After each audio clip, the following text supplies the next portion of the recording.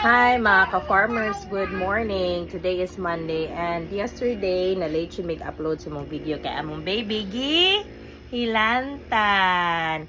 So for today, mag-discuss ta kung pila ang atong kita sa baboy good for 2 months. So ang 2 months gikan pag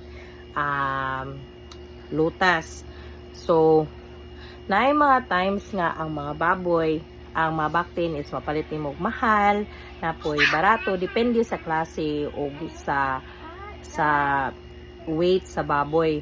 So kani siya nga napalit na ko, ang estimated weight sa baboy is 5 kilos to 8 kilos. So gagmay siya, and also mas risky siya labi na nang wala siya mga bakuna. So kani siya nga mga 7 ka piglets nga napalit na ko, wala siya iron, wala siya vitamins, wala siya porga. So pagpalit na ko ako patanan, and pero napalit na ko siya sa lower nga price.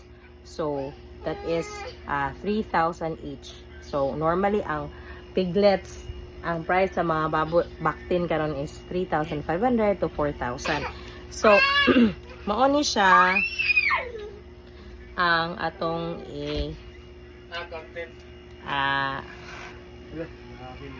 20,000 mo na siya ang akong pasensya dili kay makita, pero ang thank you, ang gasto na mo sa baboy alone sa 7 piglets is 20,000.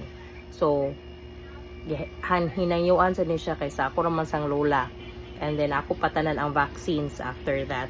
And then sa vitamins, meds, and sa tanang mga tambal ni mo nga ikuan lang kasog magkaigit ba sila, maghilantan sila, or di sila mukaon kani may nga na apil na ni siya. And then sa water and other expense, sa nakay technician nga kuhaon para ma-inject sa mong baboy, kay this time wala pa jud nako na learn unsaon pag inject sa mga baboy, kay mahadlok pasad ko.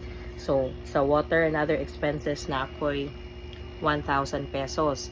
And then so for the first month nga lalog na ko, it reaches 5,609.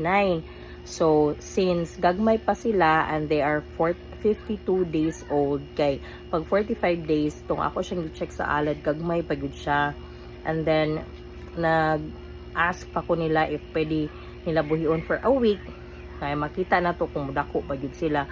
Pero after a week okay naman, pero that is 52 days. And normally sa lalog nga ultra pack, you would ay mo siyang lalogan until 55 days of pre-starter. So kato nga time ni add lang ko bali 1 week sa akong pre-starter. So naaman na siya feeding guide, luyo sa sako. So tanaw na sa dinyo kung pila siya ka days, ipangutana lang sa dinyo so napalitan pila ka days. So mas nindot should lang mo palita og baktin nga kailata sa atong palitan nga mutubag yun og sakto, dili kay kanang maingon nga akong napalit kay 50 days niya wala pa day siya nag 50 days niya gipurga ni, or wala pa gihapon di ay. So kana very kuan na important ka makabalo ka kung ang bakting is sakto ba yun siya sa mga vaccines, kaya at least di siya magsakit-sakit. So for the first month akong gasto is 5,609. That is starter, pre-starter and starter. So if you would ask me kung unsay lalog nga mas maayo, so depende sad siya sa mga gilalog sa kanang mga sa owner sa baktin. Alibi. So sa kuha is ilang gilalog is ang brand is Ultra Pack. So mo ni siya kagasto ko og 5,609 sa first month na. Now sa second month wala siya ni abot og 1 month yun, that is exactly 28 days lang siya. So since nakuha siya prior sa iyahang harvest, ay ang cost niya sa second month is 9,083. So that's from 10,192.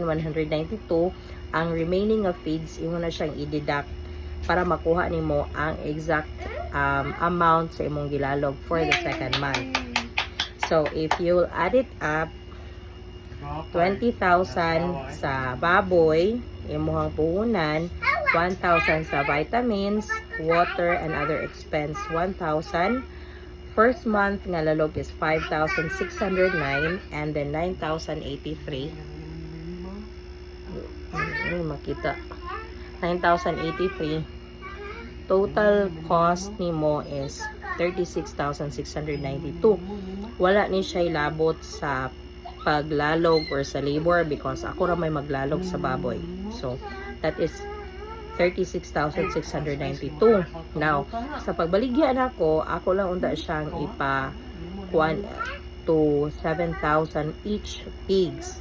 Karon kay hangyo man sila nga kung pwede from 49,000 48,000 lang. Pero gi-consider lang gyapon nako okay lang siya kay dili man kay siya layo ang ilang hangyo sa ako nga amount. And then ang range sa mga piglets nako kay mga naa sa 35 to 50 kilos. So naay duha ka gamay, dayon naay tulo ka dagko-dagko, and katong duha is dagko gyud siya. So imo sa siyang i-estimate kung pila imong gipakaon, imo sa i-check. So sa ni nga time na ako'y earnings nga 11,308. So mo na siya lipyo. So wala na ko'y gasto sa transpo because normally ang mga buyers sila may moari sa among So mo na siya 11,308. So if you will imo siyang ikuan kung pila siya ka percent sa imuhang lalog dako gyud siya. Pero ang uban dili maka-feel ana ay gagamaya ra ana nga kanang kuan oy.